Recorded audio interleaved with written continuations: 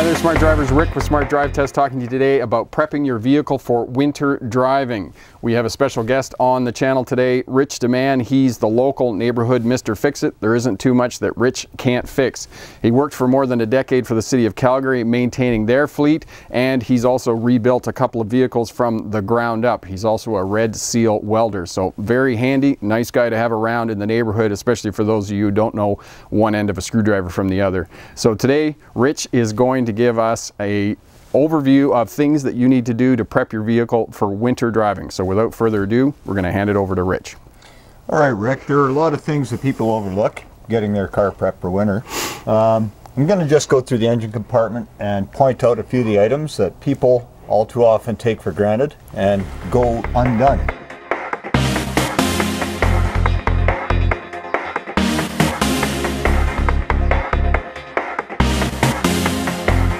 So Rick, I'm going to start with the cooling system here.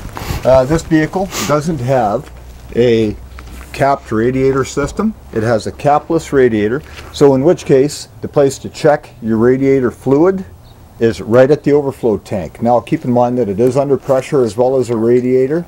So you got to be careful that you're not hot when you remove that cap. That's a great point. You're going to get a good hot explosion on your hand or your body. It's not a good experience. So this is where we would normally check the rating for our winter months, which basically means that you're checking with a bulb tester. You're checking to see that you're at an adequate rating. So as the temperature drops down, you want to know that your engine block isn't going to freeze up. Typical is between minus 30 and 35 for your rating. You know that the cold comes, your engine block isn't going to freeze over. So that would be in Celsius. Yes, that is in Celsius. Now, another thing, while I'm here, we've got your windshield washer fluid. There is winter rated washer fluid. You want to make sure you're always topped up with slush and snow on the road. You never know when you're going to need that, so you don't want to be out of that. As we go through the engine compartment, a few key factors. Keep in mind, winter is a lousy time to break down, let alone breaking down when it's nice out. You want to be sure that all your engine belts, your drive belts, are in good condition and that they're adjusted to proper tension. You've got your hoses, your vacuum hoses. So how would, just backing up there, Rich, for just a moment, how would somebody know that their belts are the proper tension? Like, what would be a good indication? Would they push on it, or? A good indication is if you go to a section of your drive belt where you've got a long flat stretch, and you just physically take your fingertips and you push down, put a little pressure on it. You shouldn't have too much deflection. It should be somewhat taut. If you have anywhere between a half an inch to an inch, that's way too much. You want to be sure that there's some pressure there, right? Okay. If you push on that, it should spring back. It shouldn't have any slack in it whatsoever. Perfect. Okay, outside of that, Rick, we've got our belts. Our hoses. You want to be sure that all your hoses are in good condition. There's no cracking. They're not dry and brittle. Very important as well with your cooling system. That hose can't push water or coolant if it's cracked, if it's brittle. You want to be sure that they're in good shape as well. Not too soft, no broken or loose connectors. That's a big thing. Over here, your brake fluid. You want to be sure that you've got the proper brake fluid for your system. .3 is fairly usual. Some of the newer vehicles are even running .4 and 5. Okay. So you want to be sure that you're at adequate level on your brake fluid. Now, on the brake fluid, the master cylinder is going to be up on the firewall for most of these vehicles. That's going to be very common. Very common up on the back on the driver's side. Yes, it'll normally be located right where you see this one, directly in front of the steering wheel. Okay. You want to maintain your battery as well. Nothing worse than having a dead battery on a cold winter morning when you've got to be at work. You get out there and you've got a dead vehicle. Okay. So keep your batteries up to snuff. Most batteries nowadays are maintenance free. So what you want to do is, if you have the glory of having a gauge in your vehicle, it'll show as either a voltage gauge or it'll just show as a battery. Okay. You can use that as somewhat of an indicator. If you get out and your battery's dead, that's an indication that your charging system has got an issue. Okay. Your battery's not receiving a charge. It could be as simple as your battery is so old that it no longer will accept a charge. Right. Okay. So that's another key factor that people often take for granted that they're just going to keep producing, they're going to keep going. But all these issues are things that you really want to keep under well maintenance. Usual oil changes will reveal any of those problems. Okay. And if somebody's concerned about their battery and they think that it hasn't been checked in a while, how could they get that checked to know that it is working if they don't have a volt gauge on their dash or those types of things? Okay, any of your local automotive shops, the fellas even at your speedy change centers, they'll have a battery tester. Okay. So a hydrometer. Yeah. So they'll check them with a hydrometer. And also, they will go over your charging system to be sure that your belts are tight, that they're providing proper charge to the battery. Okay, perfect. So that's underneath the engine. Is there anything that we should do outside of the vehicle, the body? There is. One key thing, any time of year, let alone it being winter coming around the corner, you want to maintain proper tire pressure. Okay. Very important in how your vehicle is controlled while it's being driven. If your tires are too low or too hard, that vehicle isn't going to respond the way it normally would. Right. If the pressures are adequate. Okay. So we'll start with a spare tire here. Okay. Okay, we've got the vehicle spare tire here. Now, quite often, you'll notice that somewhere around the tire, there's going to show all the information that applies to it, like the size, and as well, most importantly, your pressure. So if you look anywhere around the writing, it'll usually be in fine print. It'll tell you what the tire's adequate air pressure is, single load, dual load, whatever the application is for that vehicle. It'll generally say on your tire. One key thing to keep in mind with tires, and especially directional tires, it will show you with a little arrow. It'll say right on the sidewall of the tire if it's directional. So you want to be sure that it goes on the proper side of the vehicle. Left side, right side, the arrow will point as to the tire's normal rotation when in travel. So keep that in mind. There are space saver tires, otherwise known as a donut, that you can get as well. Now those donuts, those are not a permanent solution to having a flat tire. They're meant for temporary use. So be sure to get your tire repaired or replaced, whatever need be.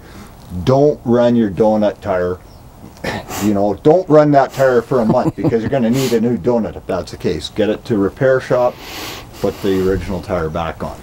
Now this winter tire, Rich, has steel studs in it. Now steel studs aren't allowed in some jurisdictions like some of the states and Ontario and places like that. These are only allowed in British Columbia in the winter months. That's right. Now there is a specific time where you have to have those studded tires off of your vehicle. Okay.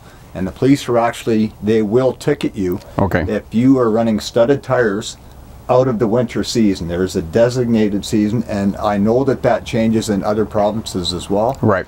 I'm not 100% certain what the time frame is in BC, but you can see with these studs how they do damage to pavement. So if it's not the time of year to run a studded tire, do yourself a favor, replace them, save yourself from getting a ticket.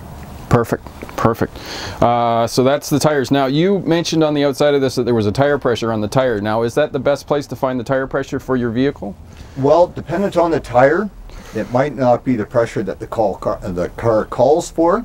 So what you do is you go around to the driver's side of your vehicle, and there's always an ID tag there that explains proper tire inflation. Okay. Now it's generally located on the driver's door post. Yeah.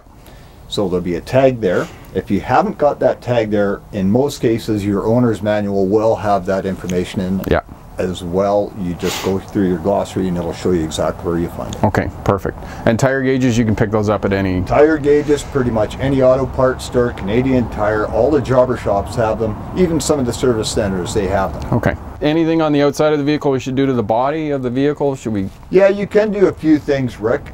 Good practice is on an exterior to do a winter pre-wax. Okay. So what that involves is just a rub-on, rub-off wax, and what that'll do is it'll really help.